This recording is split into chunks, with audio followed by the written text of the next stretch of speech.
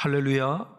오늘도 굿TV에 함께 하시는 여러분들을 예수님의 이름으로 사랑하고 축복합니다. 예수님은 이 땅에 복음의 본질, 비밀을 말씀했을 때 믿음으로 인한 구원을 말씀하고 있고, 사도 바울 역시 믿음으로 인한 구원을 말씀하고 있습니다. 그리고 신앙의 실패를 맛보았던 베드로도 똑같은 말씀을 했으니, 베드로전서 1장 9절의 말씀에 믿음의 결국은 곧 영혼의 구원함이라 라고 말하며 믿음으로 인한 구원을 선포하였습니다. 그리고 이어서 구원을 얻었다라는 끝남이 아니라 구원에 이르도록 잘할 것을 말씀했기에 베드로전서 2장 2절의 말씀에 있어서도 믿음으로 구원에 이르러야 한다라고 표현했습니다. 자, 그런데 예수님은 이 믿음으로 인하여 구원을 얻는다는 이 말을 또 다른 말로 표현했으니 요한복음 17장 3절의 말씀에 영생은 유일하신 참 하나님과 그의 보내신 자 예수 그리스도를 아는 것이다 라는 말씀을 통해서 믿는 것 따로 아는 것 따로가 아니라 곧 믿는 것이 아는 것이고 아는 것이 곧 믿는 것임에 대한 부분을 분명히 우리에게 가르쳐 주셨습니다. 이에 베드로 역시 베드로후서 3장 18절 베드로후서를 결론으로 맺으며 그리스도를 아는 지식 안에 자라가라 라고 말하며 하나님을 더 아는 것에 계속적으로 자라가야만 한다는 사실을 다시 한번 상기시켜주고 있죠. 자, 그러면 이 땅에서는 내가 예수님을 믿고 내가 예수님을 알므로 구원을 얻지만 마지막 때는 주님이 나를 알아주셔야 한다고 말합니다. 그럼 어떻게 해야 주님이 나를 알아주실까요? 예수님이 분명히 말씀하시기를 마태복음 7장 20절의 말씀에 열매를 보고 너를 알리라 라고 말씀했어요. 사람들도 열매를 보고 내가 진짜인지 가짜인지를 알고 하나님도 우리가 행해지는 열매를 통해서 우리가 누구인 줄 안다라고 말합니다. 그러나 이때 이 열매라는 이 의미를 단순히 문자적 의미로 해석해서는 안 되고 이 말씀이 주는 전체적인 의미를 해석해야 할진데 그 열매를 본다는 것은 눈에 보이는 열매를 본다는 것이 중요한 것이 아니고 눈에 보이는 열매를 통해서 내 본질을 안다는 게 중요하다는 사실을 주님 우리에게 말씀해 주고 있는 내용입니다. 그래서 마태복음 7장 17절 이후의 말씀에 좋은 나무가 좋은 열매를 맺고 나쁜 나무이기 때문에 나쁜 열매를 맺는다고 분명히 말해요. 이 말씀을 또 한 번 더 풀어줬으니 마태복음 7장 18절 말씀에 좋은 나무는 절대 나쁜 열매를 맺지 않는다. 반면에 나쁜 열매는 또한 좋은 열매를 맺을 수 없다라고 표현함을 통해서 나무에 열려진 열매로 인하여 내 본질을 알고 싶어하는 것이 주님의 열매론의 핵심이라는 사실을 놓쳐서는 안 된다는 사실입니다. 이렇게 열매를 통해서 우리들의 존재를 볼 때 이것이 마지막 때도 똑같다는 말씀을 하는 거예요. 그러면서 마태복음 13장 40절의 말씀에 가라지의 비유를 통해서 가라지가 마지막 풀무불 속에 들어갈진데 세상의 끝에도 이러하니라라는 말씀을 통해서 하나님 나라 비유를 설명하는 예수님이 알곡과 가라지를 구분하듯이 마지막 때에는 진짜 이 성건용 목사를 비롯한 우리 모두를 예수님 믿는 사람 중에서 알곡을 찾고 가라지를 찾는다는 사실을 분명히 알아야 됩니다. 그러므로 마지막 때 세상 끝에는 이와 같다는 것은 우리들 중에 누군가는 알곡이 되는 사람도 있는 반면에 예수님을 믿음에도 불구하고 누군가는 가라지가 될 사람도 있다는 사실을 상기시키고 있다는 사실에 영적인 경각심을 가져야만 합니다. 그래서 예수님께서 친히 말씀하기를 성경을 통해서 봤을 때 사도 바울을 예수님이 사도 바울을 통해서 얘기했을 때 로마서 7장 4절의 말씀에 예수님이 십자가 죽으셨다가 살아나신 이 사건, 이 귀한 죽음과 살아남을 통해서 우리를 하나님을 위하여 열매를 맺는 그런 사람이 되게 하게 하는 것이 주님의 뜻임을 얘기해요. 주님이 죽고 살아나셨기 때문에 이 성원용 목사를 비롯한 우리 모두를 하나님을 위하여 열매를 맺는 자가 되게 하시겠다는 거예요. 중요합니다. 대라가 아닙니다. 그렇게 되게 하시고자 하는 주님의 뜻이라는 것을 상기시켜 줍니다. 이 사람들을 누구라고 그러는가? 생명에 이르는 열매를 맺는 사람이 되게 하는 것이다 라고 말해요. 생명을 얻었다로 끝남이 아니라 생명을 얻었기에 생명에 이르는 열매를 맺게 하시고자 하는 것이 주님의 거룩한 뜻임을 살펴주고 있어요. 즉 알곡이 되게 했다는 거죠. 근데 반면에 분명히 예수님을 나의 구원자로 믿었음에도 불구하고 로마서 7장 5절의 말씀에 누군가는 사망에 이르는 열매를 맺는 자가 있다라고 하는 충격적인 얘기를 해요. 언제? 내가 육신에 속해 있을 때요. 예수님을 믿지만 또 육신에 속해 있는 자를 향해서 말할 때 너희는 구원은 얻었을지 모르지만 사망에 이르는 열매를 맺음으로 자꾸 복음에서 떠나 비본질인 바로 사망의 모습에 사로잡혀 가는 우리들의 모습을 분명히 보여주고 있습니다. 그런 대표적인 교회가 바로 고린도 교회입니다. 그래서 고린도전서 3장 1절 말씀에 고린도 교회의 성도를 이야기할 때 육신에 속한 자다라고 표현하며 그들이 영적으로 어린아이라고 말해요. 분명히 예수님을 나의 구원자로 믿는데 육신에 속해 있어요.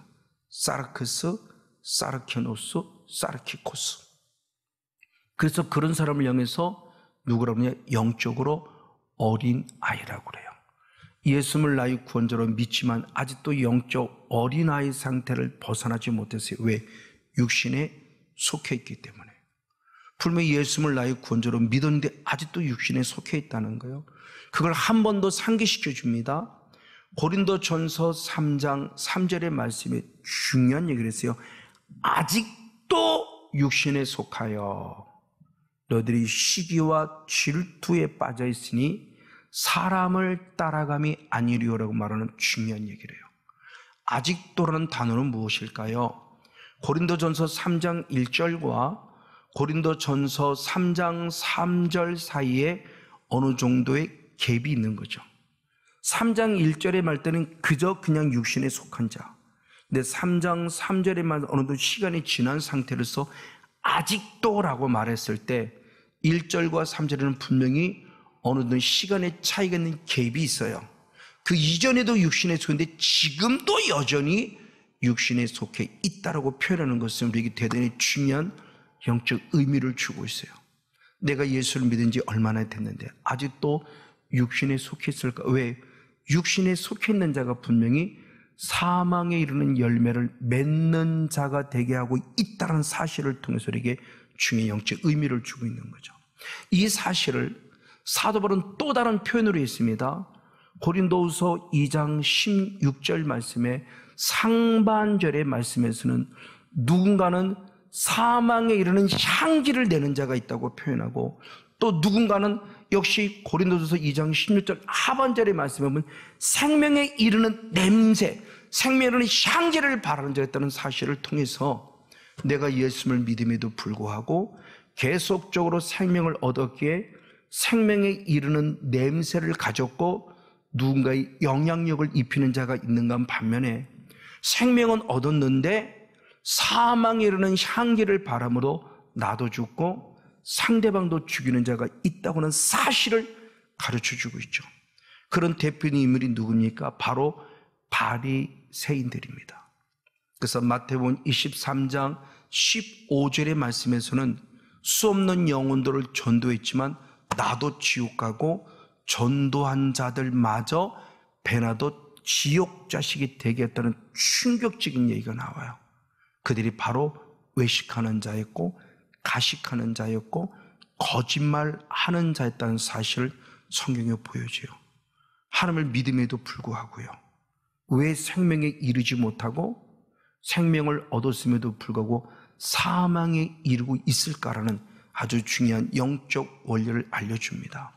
그러면 예수님은 우리를 열매로 보고 하신다고 하는데 그 열매가 갖는 의미가 뭘까요? 문자는 분명히 열매지만 이때는 문자적 해석이 아니라 의미적 해석을 해야 되는데 마태복음 7장 20절에 열매를 얘기했을 때 똑같은 번역본인 공동 번역은 너의 행위를 안다. 그리고 현대인 성경에서는 너의 행동을 보고 안다라는 표현을 통해서 즉 우리에게 보여주는 열매라는 개념은 우리의 삶을 말하고 있다는 것을 보여주는 겁니다. 그래서 계시록의 7교회 교회 모든 부분 속에 제일 첫 번째 공통점이 뭐냐? 너의 행위를 안다라고 표현해요. 대표적으로 요한계시록 2장 2절의 말씀에 하나님이 에베소 교회를 축복함에 있어서 너의 행위를 안다라고 표현해요. 아주 중요한 말씀이에요. 행위를 안다. 주님이 나를 알아주신다는 사실이죠. 이렇게 인정받는 대표님은 누구니까? 아브라함이에요. 아브라함은 분명히 창세기 15장 6절에 여호와 하나님을 믿음으로 의롭다 여기심, 바로 이 신칭의 의롭다 칭함을 받는 여기심한 은혜를 입었어요. 그럼 그로 끝나냐? 아니었어요. 창세기 22장에 들어가서 이삭을 바치는 순종을 통해서 주님 앞에 인정받으니 창세기 22장 12절 말씀에 이제야 네가 나를 경외하는 줄 알았다고 표현하며 이제야 드디어 네 믿음이 알고 이거 진짜임을 인정받았어요. 이제야 네가 나를 경외하는 줄 알았다. 맞아, 이렇게 아브라함의 순종을 보시고 아브라함이 진짜구나 그 본질을 드디어 인정받았다는 것을 말씀을 통해 살펴봅니다.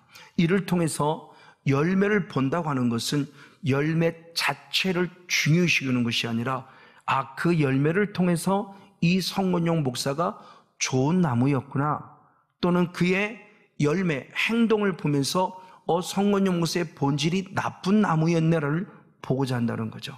그래서 마태복음 7장 다시 한번 16절, 17절, 18절 말씀을 통해서 좋은 나무는 좋은 열매를 맺고 나쁜 나무는 나쁜 열매를 맺나니 좋은 나무가 나쁜 열매를 맺을 수 없고 나쁜 나무가 좋은 열매를 맺을 수 없다는 사실을 통해서 내 본질을 보고자 한다는 사실을 다시 한번 상기해야 될 것이고 우리 신앙을 분명히 점검해 봐야 될 것입니다. 이를 통해서 이제 저희들의 모습은 이 시간에는 사망에 이르게 하는 열매가 과연 무엇일까라는 것을 말해요. 대표적으로 야고보 사도는 야고보서 2장 26절의 말씀에 행함이 없는 믿음이 죽은 믿음이다 이렇게 써요. 행함이 없는 믿음이 죽은 믿음이다. 즉 하나님은 야고보 사도를 통해서 행함 자체를 보는 것이 아니라 행함이 없음을 통해서 너의 본질이 죽은 자구나 라는 것을 안다는 사실을 강조하는 거예요. 근데 우리는 자꾸 행위에 관점을 두니까 까딱 잘못하면 행위 구원이 되느냐 행위 구원이 안 되느냐는 이야기를 두고 비본질적인 부분으로는 다투고 있잖아요. 주님은 그걸 보는 것이 아니라는 거죠. 그래서 똑같은 야고보서 2장 26절 말씀은 쉬운 성경을 통해 얘기할 때 쉬운 성경을 통해 뭐냐냐 믿음도 행함이 없으면 죽은 것이다 라는 말씀을 통해서 내 믿음이 죽은 믿음이 있고 살아있는 믿음이 있음을 분명히 보여주고 있는 것이죠. 자, 이런 말씀에 대한 한 예로서 이스라엘 백성들이 애굽에서 구원을 얻었는데 가나안 땅에 들어가지 못한 자가 있었어요. 즉 구원을 얻었는데 구원에 이르지 못했어요. 생명에 이르지 못했어요. 그럴 때 중요한 왜 그러면 구원 얻지 못했냐 그랬을 때 히브리서 3장 18절 말씀에 순종하지 않음으로 들어가지 못했다라고 말하며 불순종을 통해서 가나안 땅에 들어가지 못한 우리의 모습을 보여줘요. 즉 순종했냐 순종하지 않았냐 행위입니다. 근데 주님의 행위에 관심을 갖는 게 아니라고 그랬죠. 본질을 알고 싶어 했어요. 그래서 이어서 히브리서 3장 19절이 말씀할 때 18절에서는 순종하지 않았다는 19절은 믿음이 없기 때문에 들어가지 못했다. 즉 순종하지 않았다는 본질을 봐요. 즉 믿음이 있었으면, 믿음이 살아있으면 반드시 순종이 되는데 왜 순종하지 못했냐? 믿음이 없기 때문이고 믿음이 죽었기 때문이라는 것을 분명히 우리에게 가르쳐 주고 있는 거예요. 주님은 이걸 보는 겁니다. 순종했다 순종하지 않았다가 아니라 순종을 한 걸 보니 너는 믿음이 있구나, 믿음이 살아있구나. 성목사야, 너를 순종하지 않은 걸 보니 너는 믿음이 죽었네, 믿음이 없는 것이네라고 하는 것을 보고 있다는 사실을 분명히 가르쳐 주고 있다는 사실을 우리는 눈여겨봐야만 합니다. 이러므로 믿음과 순종은 뗄래야 뗄 수 없는 관계예요. 믿음과 순종은 긴밀한 관계를 가지고 있습니다. 믿음이 있기 때문에 순종이 된다는 것이고 믿음이 없기 때문에 순종이 되지 않는다는 것을 상기시켜주고 있죠. 그래서 예수님은 똑같은 말씀을 했어요. 요한복음 3장 16절에 믿음으로 영생을 얻는다고 표현했고, 그 결론으로서 요한복음 3장 36절의 말씀에 영생이 있지만 순종치 아니하면 도리어 하나님의 진노가 내게 머물러 있다고 말하며 영생을 보지 못한다는 충격적 얘기, 바로 그거예요. 분명히 믿음으로 구원을 얻었는데 어느 순간 믿음이 사라지고 있는 거예요. 믿음이 죽었어요. 그래서 사망에 이르는 향기, 사망에 이르는 열매를 맺음으로 말미암아 결국 불순종했어요. 믿음이 없다라고 성경은 표현해 주고 있죠. 이게 실제라는 것을 성경이 분명히 말합니다. 그래서 예수님은 마가복음 16장 15절 말씀에도 제자들에게 짠하고 나타났을 때 그들의 믿음 없음을 책망했다고 표현해요. 중요해요. 분명히 예수님의 제자로서 믿었음에도 불구하고 부활하신 주님을 믿지 않음으로 말미암아 믿음이 없음을 책망받고 다시 믿음이 회복되는 은혜를 주신다는 것은 지금 주님이 우리의 무엇을 보고 있을까요? 믿음. 그래서 그 믿음이 살았으면 구원을 얻은 자로 끝남이 아니라 구원에 이르기 위해서 주님 말씀에 순종하는 삶을 산다는 사실을 가르쳐주고 있죠. 이 단어를 잘 표현한 게 믿음이라는 피스토스라는 형용사의 단어를 통해서도 봅니다. 갈라디아 3장 9절의 말씀에 믿음이 있는 아브라함과 함께 복을 받느니라 했을 때 그 믿음을 말하는 언어가 피스토스예요. 근데 이 피스토스라는 언어가 믿음으로만 해석됨이 아니라 또 다른 단어로 해석되니 마태복음 25장 21절 말씀에 주님께서 착하고 충성된 종아, 내가 작은 일에 충성하였음에 라고 축복할 때 그때 그 충성도 피스토스라는 원어예요. 그리고 또 나아가 계시록 17장 14절의 말씀에 예수 그리스도가 마지막 영적 싸움에 승리했다고 표현할 뿐만 아니라 예수님만이 아니라 예수님의 부르심을 힘입어서 중요한 얘기를 했어요. 진실한 자들도 바로 승리한다, 이긴다라고 말해요. 근데 진실한 역시도 피스토스예요. 그럼 믿음이라는 말하는 피스토스는 그냥 믿습니다, 이게 믿음이 아니고 믿음에 대한 열매가 있어야 되니 그 믿음에 대한 열매가 무엇으로? 충성으로, 또 무엇으로? 신실함으로. 근데 믿습니다 그런데 전혀 충성하지 않고 믿습니다는 잘하는데 신실하지 않다, 그 믿음은 가짜라는 거죠.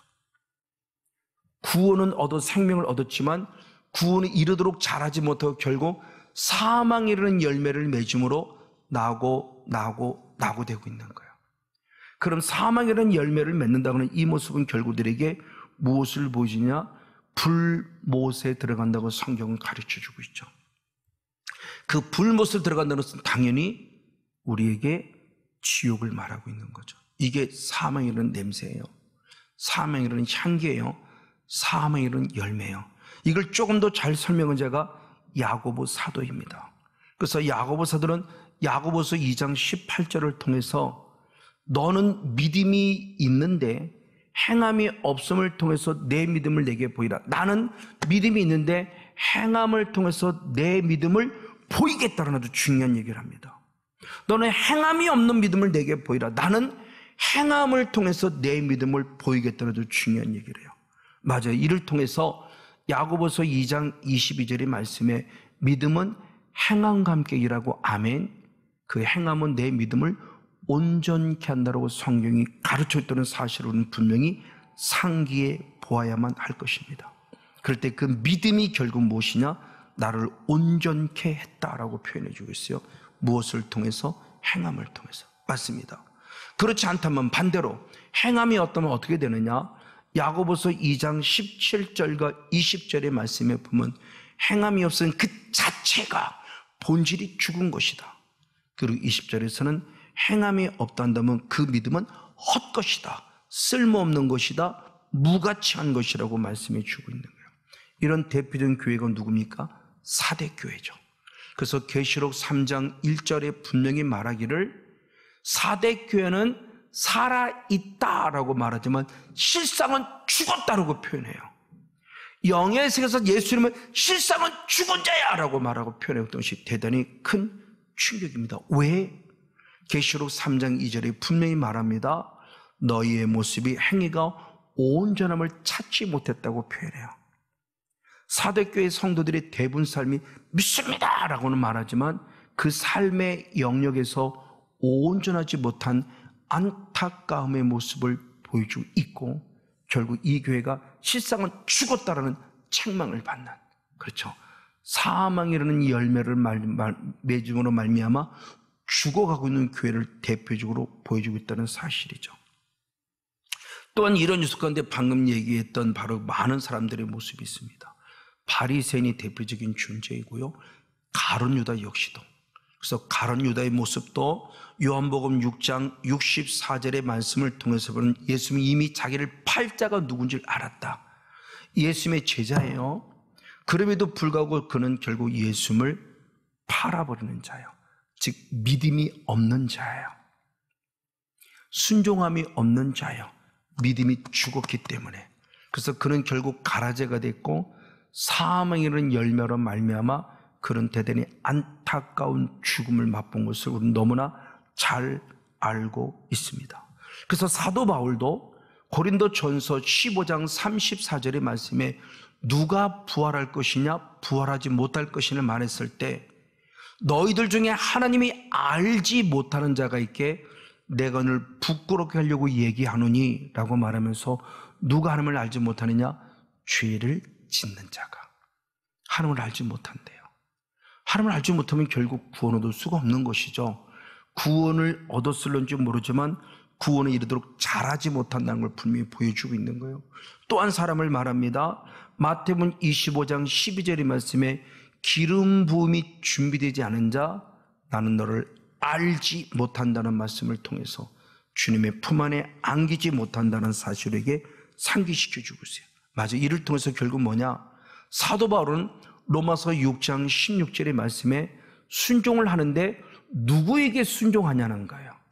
죄의 종에게 순종한 사람은 사망에 이르고 하나님께 순종한 사람은 의에 이른다라고 말해요. 생명에 이른다는 거죠. 그래서 로마서 6장 13절 말씀에 상반절의 말씀을 통해서 보면은 너의 지체를 불의의 병기로 들인 자는 죄에게 드리는 자, 죄에게 순종하는 자. 그러나 반면에 또 하반절 말씀 속에서는 너의 지체를 하나님께 드리는 자로서 하나님께 의의 병기로 드린 자가 있다고 표현하죠. 맞아요.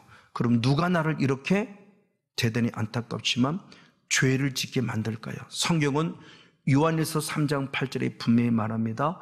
죄를 짓는 자는 마귀에게 속하니 마귀란 존재가 끊임없이 죄를 범하게 해요. 그래서 대표적으로 요한복음 13장 2절에 가룟 유다를 예수를 팔 생각을 집어넣었다고 성경은 말합니다. 이게 우리의 옛사람이에요. 그래서 에베소 바로 4장 22절 말씀에 옛사람을 벗어버리라고 말합니다. 어떻게 벗어버릴까요? 영적 싸움을 싸워야 합니다. 그래서 사도 바울은 디모데 4장 7절 말씀에 믿음의 선한 싸움을 싸워서 바로 믿음을 지켰다고 표현하고 있듯이 저 여러분 내 안에 남아있는 사망에 이르게는 열매를 맺는 사단의 존재를 성령의 불로 깨끗이 태워서 끝까지 믿음을 지켜 한 영혼도 사망에 이르지 아니하고 생명에 이르는 주인공 우리 모두가 되어지기를 예수님의 이름으로 간절히 축복하고 축원을 드립니다.